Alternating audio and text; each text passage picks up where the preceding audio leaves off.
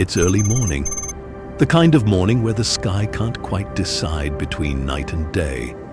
A beautiful burn of orange pressing up from the horizon, washing the airport in gold. Here at London Heathrow, that's nothing unusual. This airport never really sleeps. Today, we're aboard Easyjet Flight 401, an Airbus A320, which is currently sitting at the gate, preparing for a short but busy sector north to Manchester. 180 passengers are making their way down the jet bridge. Up in the flight deck, the two pilots are already well into their pre-departure routine. The captain runs methodically through the overhead panel, confirming switches and systems, while the first officer works through the flight management computer, programming the route, performance data and departure procedures for the sector ahead. Meanwhile, down on the apron, the fuel truck is connected to the underwing ports, and the aircraft is drinking up its load for the flight north.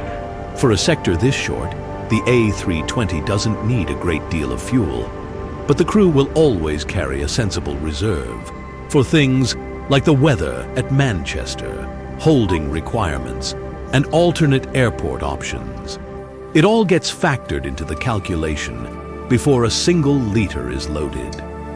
And today's total fuel figure is just 4,400 kilograms or 9,700 pounds. The captain calls for pushback clearance, and as the response comes through the headset, both pilots complete their final pre-pushback checks.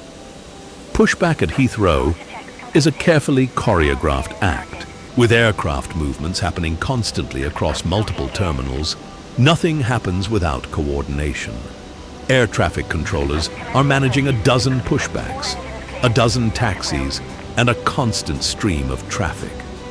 As the pushback tug effortlessly pushes the 70-ton aircraft back, the captain reaches up to the overhead panel and initiates the start sequence. First for engine 2 on the right wing, then engine 1 on the left. The CFM56 is one of the most reliable jet engines ever produced. It powers the vast majority of A320 family aircraft flying around the world today. And right now, 2 of them are warming up beneath our wings on a cold Heathrow morning. Taxi clearance received.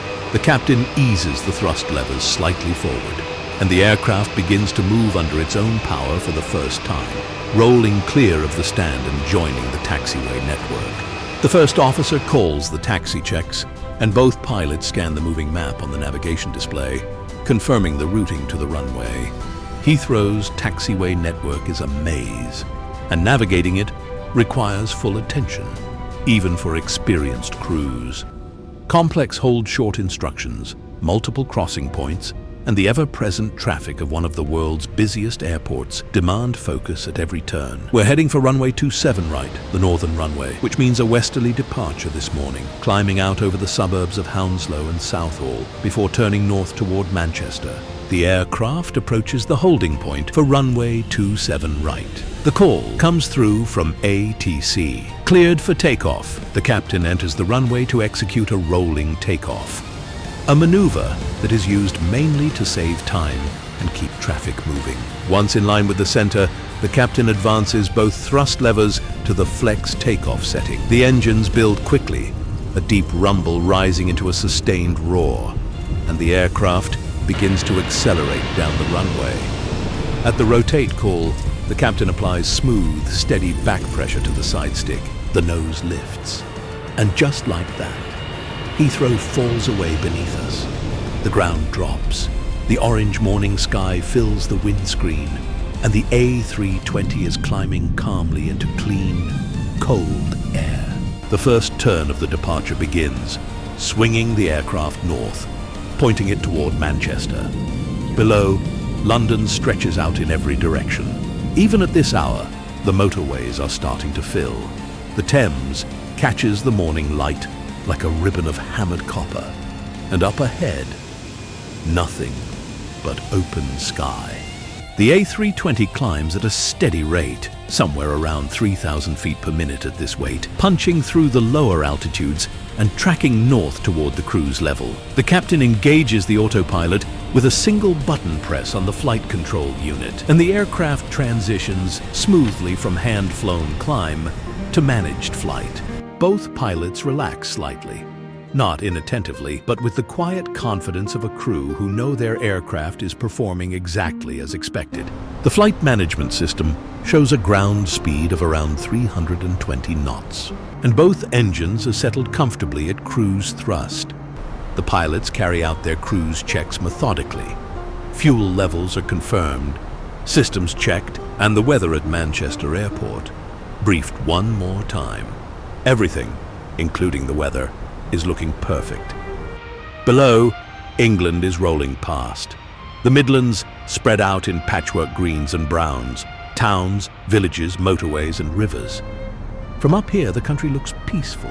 The autopilot and flight management system has been doing the maths the entire time we've been airborne, and it's now presenting the crew with their top of descent point. On a sector this short, it comes around fast.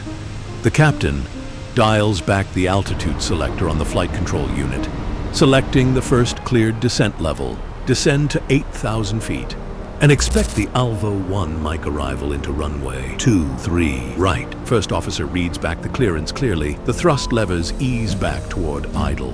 The nose pitches forward, and the descent begins. At 10,000 feet, the seatbelt sign is switched back on with a soft chime. Speed is now being managed carefully. 250 knots is the limit, and the crew are well within it. The first officer begins the approach briefing, talking through the arrival procedure, the expected approach type, and go-around procedures. The captain listens, confirms, and asks questions where needed. We're established on the Alvo 1 mic arrival, a standard instrument procedure that tracks inbound from the southeast, guiding the aircraft down through a series of waypoints toward a stable final approach for runway 23 right. The ILS frequency is set and identified. Flaps are called for and set to their final landing configuration. The auto brake is armed. The ground proximity warnings are checked. Both pilots now have their eyes moving between instruments and the runway ahead. Passengers are getting a look at Manchester from roughly 2,000 feet in the air, all eager to touch down and get on with their day. The suburbs of Wythenshawe pass below, and at 200 feet, the captain disconnects autopilot and takes manual control, carefully guiding the aircraft down while aiming for the runway threshold and centerline.